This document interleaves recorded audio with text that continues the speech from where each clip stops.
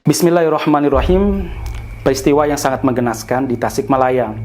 Seorang anak dibuli agar dia menyetubuhi seekor kucing.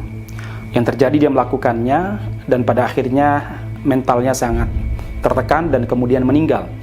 Saudara sekalian, ini sebuah fenomena di negeri kita, tidak jauh dari kita. Di Pulau Jawa, di negara kita yang bernama Indonesia, yang mayoritasnya adalah umat Islam, di mana sila pertamanya ketuhanan yang Maha Esa. Kemudian kita juga kenal bahwa banyak para pejabat dari kalangan umat Islam. Tapi ini fenomena yang terjadi di negara yang disebutkan tadi. Nah, sekarang pertanyaannya, bagaimana kita mengomentari peristiwa ini?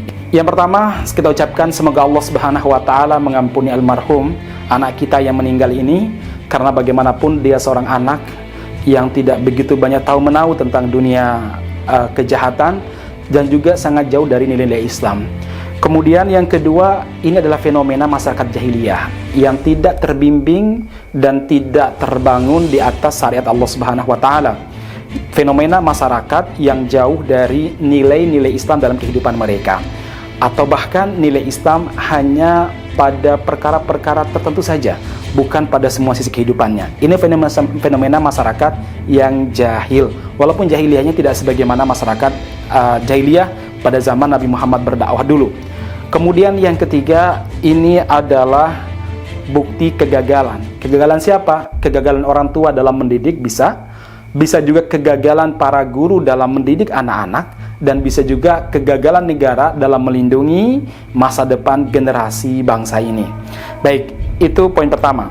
Kemudian pertanyaan yang kedua, negara yang gagal atau orang tua yang gagal, atau jangan-jangan ini fitnah akhir zaman yang memang sangat dahsyat? Baik, tiga-tiganya itu sebuah fenomena yang sama, bahwa ini fitnah akhir zaman di mana akhlak semakin rusak. Bahkan Rasulullah mengatakan nanti akan ada masa di mana orang yang paling baik pada saat itu adalah melihat orang yang berzina di tengah jalan, dia mengatakan minggir-minggir, atau ke rumah saya saja biar tidak ditabrak mobil. Itu yang terbaik. Bagaimana dengan yang terburuk? Nah, jamaah sekalian, itu fenomena akhir zaman. Namun ini tidak lepas dari tanggung jawab negara yang seharusnya melindungi masa depan generasi. Itu artinya negara perlu berbenah. Apakah pendidikan akhlak, pendidikan mentalitas yang selama ini digaungkan berhasil apa tidak? Dan ternyata kan makin hari makin nampak ternyata negara bisa dikatakan gagal dalam mendidik akhlak, baik itu akhlak para pejabat, apalagi generasi mudanya. Maka satu-satunya solusi adalah apa? Kembali kepada Islam.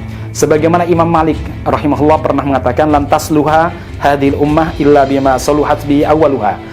Sesungguhnya umat ini, termasuk umat Islam Indonesia, tidak akan pernah baik, tidak akan pernah benar, tidak akan pernah nyaman, tentram, sampai mereka melakukan ataupun memperjuangkan, memiliki sebagaimana yang dimiliki dan diperjuangkan, dilakukan oleh orang-orang sebelum mereka, meneladani orang-orang sebelum mereka. Siapa mereka? Yaitu generasi pertama Islam, yaitu generasi sahabat, di mana dulu mereka jahiliyahnya luar biasa, tidak kenal dengan akhlak Islam. Mereka sukanya mabuk, zina, dan lain sebagainya. Kemudian dididik dan dibina oleh Nabi dan akhlak Islam, mereka menjadi manusia-manusia yang luar biasa, radhiyallahu anhum wa radu'an, yang Allah ridho kepada mereka dan mereka pun diridho oleh Allah Subhanahu wa Ta'ala.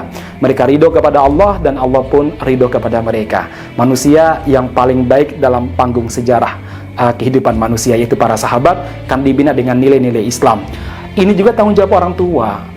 Ini menunjukkan bahwa orang tua gagal dalam mendidik anak-anak secara Islami, dan juga pihak sekolah. Maka jamaah sekalian, negara, orang tua, dan sekolah punya tanggung jawab yang sama.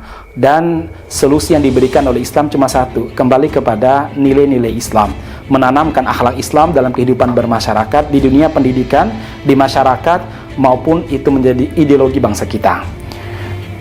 Yang terakhir, kasus seperti ini mungkin gunung es, artinya ada yang serupa cuma tidak terungkap. Lantas apa solusi Islam? Solusi Islam untuk menghadapi dan mencegah kasus yang serupa. Baik jamaah sekalian, yang pertama adalah pendidikan yang baik, terutama pendidikan di tengah keluarga dan pendidikan di sekolah. Nah, pendidikan yang baik itu apa? Pendidikan yang berbasis pada akhlak. Dan akhlak yang paling baik itu adalah akhlak Islam. Kenapa? Karena akhlak ini yang menurunkannya dan mengajarkannya adalah Allah Subhanahu wa Ta'ala yang menciptakan manusia dan menciptakan alam semesta. Tentu Allah lebih tahu mana yang terbaik bagi hambanya daripada kita. Kalau kita hanya mengira-ngira, kalau Allah tahu dengan pasti. Ini akhlak yang baik. Rasulullah SAW pernah mengingatkan, manahila walidun liwaladihi afdol min adabin hasanin.